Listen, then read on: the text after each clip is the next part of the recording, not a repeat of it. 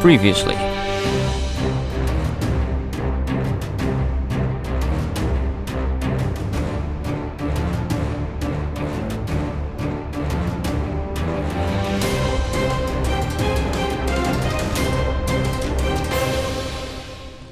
Right, and with all that put away, let's get the items we need to summon the twins. Now, I don't remember the exact ingredients. Where are my iron bars?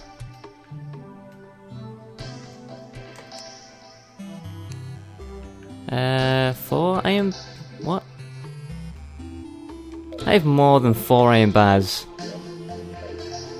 Have I accidentally binned like a stack of 99 iron by accident? Am I that much of an idiot? Let me check.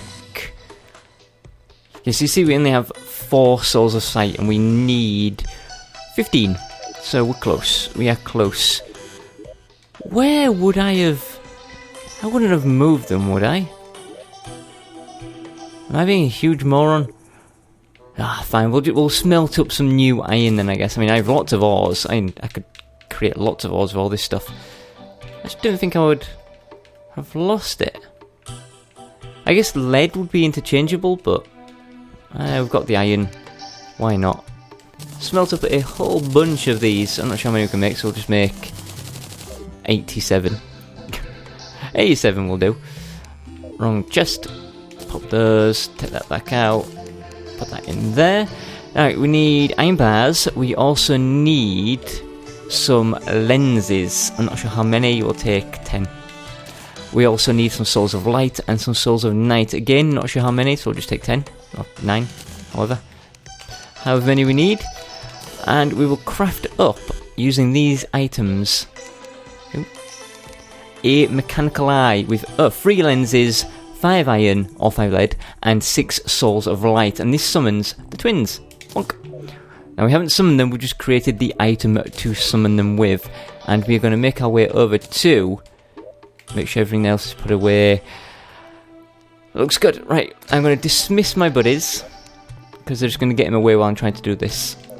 We're going to make our way over to the arena, the pumpkin arena. Now, I'm not going to summon them straight away, because I'm going to explain what exactly it is that's going on. Shut that door. Throw that way.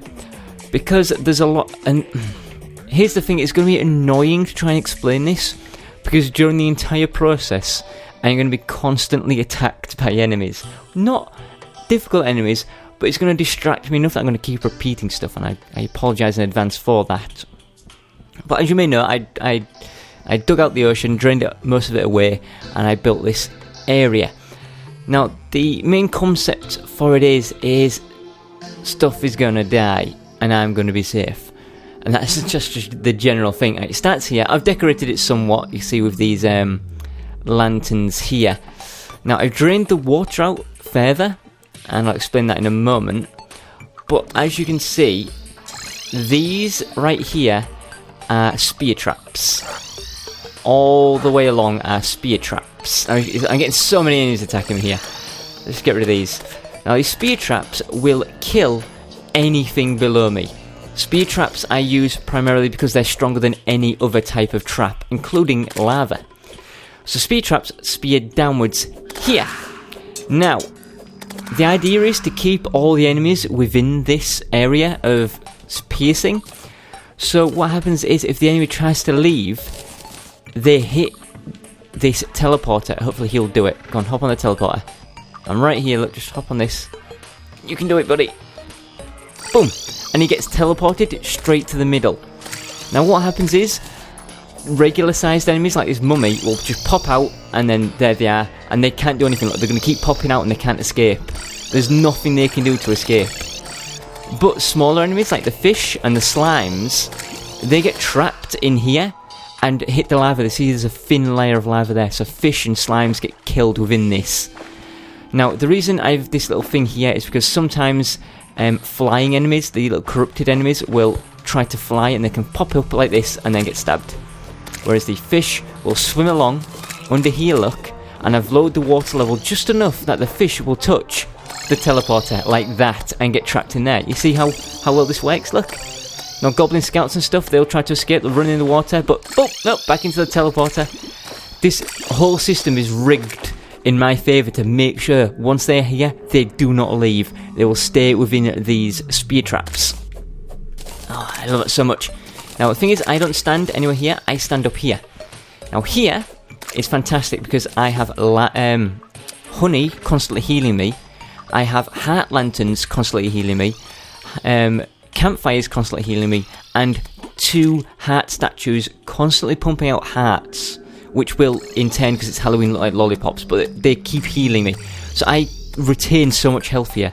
But then what about flying enemies and stuff? Well, if you look up, we have all of these spear traps, so many spear traps, and if enemies like to hang around on the edges, 2 flame traps alternating in flames, so anything that tries to come around is dead basically. And let's say slimes like to hop. Let's say they make it over this teleporter. Well, this one will catch them. I've placed them kind of strategically so that it should get them. Come on, slimes. Don't show me up here. You guys better land on this teleporter and get teleported back in. Now, these slimes, of course, because they're small, will get trapped. Cheeky buggers. Ruined it. Look how many slimes there are. Ooh, hiccup, sorry. Look how many slimes there are. Let's go. Wipe these guys out. But yeah, everything should be trapped within here, and then I can just walk over and pick up the treasure. Now the thing is, that even if there's no button on this teleporter, if an enemy is stood on that teleporter when another one is activated, they switch. So whatever's here will switch with whatever's there. But because I've placed it in this small area here, enemies that are tall enough will just jump straight out. Anything that's small will get trapped and die instantly because of the lava. Anything tall enough, like a mummy or whatever, will jump straight out. And once you're up here, you are too far away to be teleported. You see, I wasn't teleported even though I should have been, and I would have been if I were any closer. Now, I've placed teleporters all around, and everything warps back here. So let's say I'm up here, and everything's going great, but I'm a little bit low on life. I think, crap, I need to escape. I flick the switch, because you see, I'm on a teleporter myself. Boom! I'm underneath the action, where there's another heart statue waiting for me, honey, heart lantern, and a campfire. So I can just chill out here for a second, and there's a bed in case I die. Now let's say I'm fighting Skeletron or whatever, and I've run down here, and he follows me all the way down. I flick back up, and he will come all the way back up, at which point he has to run through all of these spear traps here, and as he gets above me, all of these spear traps here. And this is my pièce de résistance. It is, I love it. Now the reason for these platforms here, and 3 levels of them, is it gives the enemies more places to spawn, so they don't have to struggle to try to get to me, because I anticipated them all spawning underneath the ocean and not being able to get to me, which is why I've put teleporters and whatnot around. So here comes a fish that should, alright, turn its back on me. If it ever comes back, it will get warped in. So yeah, if you want to copy this design, this is what it's like. Now I've put torches every 10 spaces, I think it is, so don't worry about symmetry. Everything here is symmetrical. Now I said I was going to decorate this place with paint. I tried. For some reason, I came with a few different types of paint. Only black would work on this wall, and I don't know why. I was going to do like a art of a pumpkin. Paint a pumpkin on the wall, but the orange and the green wouldn't work, only the black would. And I think I might have saved it over here. I was testing what would paint on what, and I tried painting some mud down here. No, it's gone. I must have scrubbed it off. Orange doesn't work on it, green does, and black doesn't. So it seems certain surfaces only allow certain paint.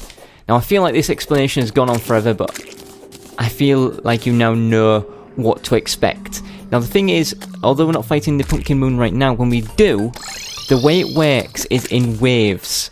Now the Pumpkin won't show up until the later waves, but in order to advance through the waves, it's not enough to kill the enemies, you have to score points. So different enemies will have different amount of points, and once you reach a certain threshold of points, the next wave of enemies comes, which is why lots of spawning areas for the enemies and lots of trapping areas for the enemies. Now most regular enemy things that spawn during it should be fine, but there are 2 boss types.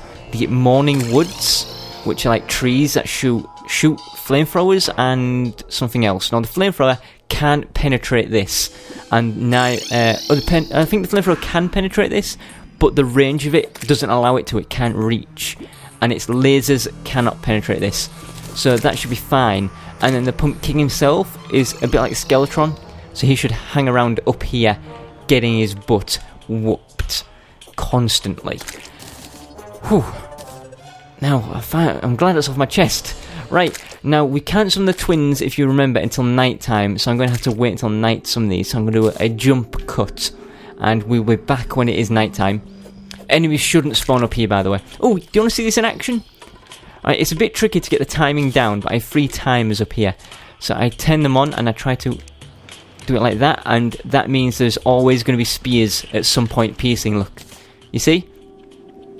Nothing can escape this death pit. Oh, I love this so much.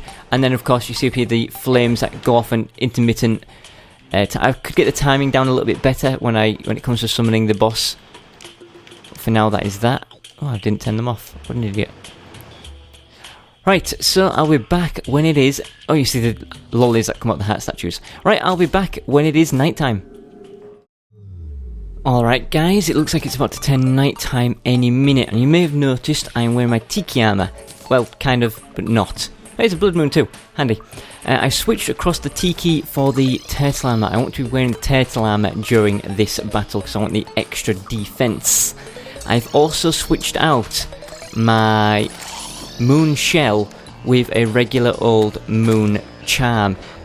Reason being that when I'm studying honey, the moon shell uses the merman rather than the werewolf, because I'm in liquid, and the merman has no benefits, whereas the werewolf has like 10% increased stats. So I just want to be a werewolf for this, for the extra damage and whatnot. Now, it is a blood moon, so stuff is of course spawning rapidly and dying rapidly down there. So let's summon the twins and see just how quickly we can beat them.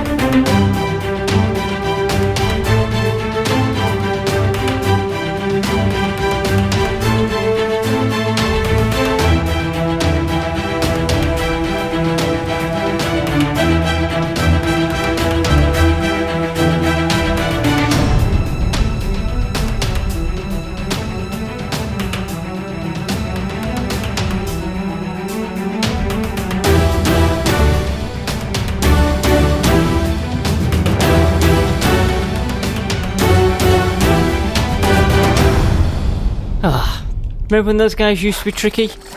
I took more damage trying to collect their souls than I did... What is going on down here? I took more damage trying to collect their souls than I did during the fight. Alright, let's pick up some of this. Get me some treasures. Right, I'm going to make a quick run through this and hopefully don't die. Pick up all that treasure. There's a mimic trapped in there. So much treasure. It's crazy. Right, let us... I'm going to leave those there. I'm liking the pattern I've got going on with those. Ooh, pick up the goodie bag. And let us go home. Now, we have enough souls now to do everything we wanted, but I'm going to quickly pop away everything else. Like, so much crap. Right, let's put this back on. Hold on to that for now. And switch across my turtle armor back to regular. I forgot I could have summoned at least 2 tiki guys, couldn't I, during that fight? Ah, well. Actually, no, with it being Blood Moon, I ought to put this place on lockdown, just because there is guaranteed to be a bunch of people trying to get into my friend's house. Did any make it in? No, but they got close. Right, back out of here. Put away this money. Anything else to put away? I've got some goodie bags, some slimes, and all this nonsense. Hey, get away. I can quickly deposit this, and you know what? We did so well during that fight with the twins. I feel like we should do a challenge. What say we try fighting multiple bosses? This is not going to go well. Actually, the twins and Skeletron should be incredibly easy.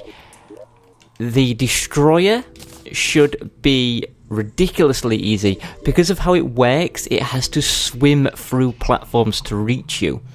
And I think because of where we're stood, I don't think it can reach us, so it shouldn't do any damage. And then the same goes for the easy enemies. Oh, this is going to cost so much iron. Let us try crafting up every boss summoning item there is and fighting everyone at the same time. I don't know how many of whatever we needed. I guess we need a lot of these. And a lot of these. Bones? Maybe? What else is there? I can't remember what enemies there are to fight. The Destroyer...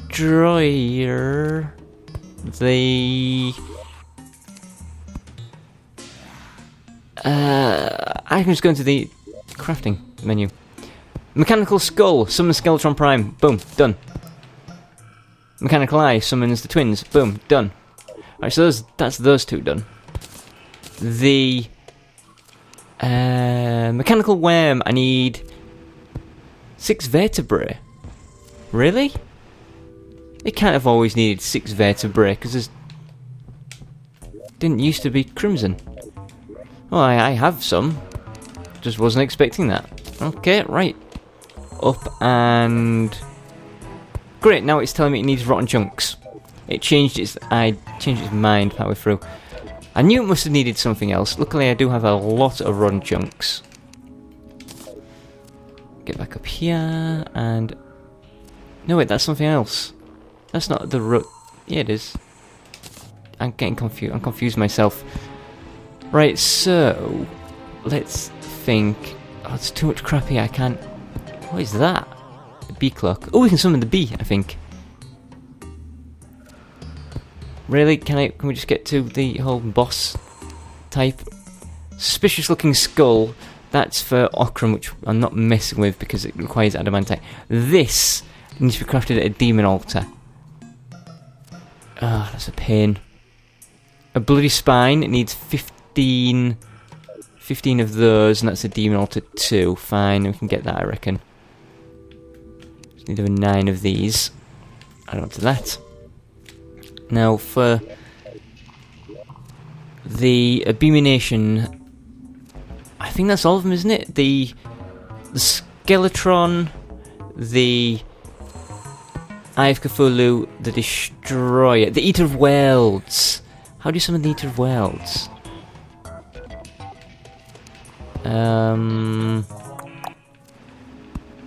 This is going to take a while to go through. Eater of Worlds, Eater of Worlds. Those are the keys. Spine, Abomination, Skulls, Eyeballs. Huh, I might have to look it up. Maybe you can't. I don't think you can summon him. I think the only way to get him is to do the... Smash the orbs. The demon altars. Right, honey, crispy honey, a stinger, and hive. Honey... Crispy honey... Stinger and hive. Stinger. There we go. And I think we needed some obsidian, but I'm not sure how much. We've got plenty. Right, let's quickly check. I need a jar of honey too. Luckily, we have lots of those somewhere. There we go. And everything else I can put away, because I've... Well, not everything else, but most of the other stuff. These, I don't need anymore. These... Those... I'll be back when all this is sorted.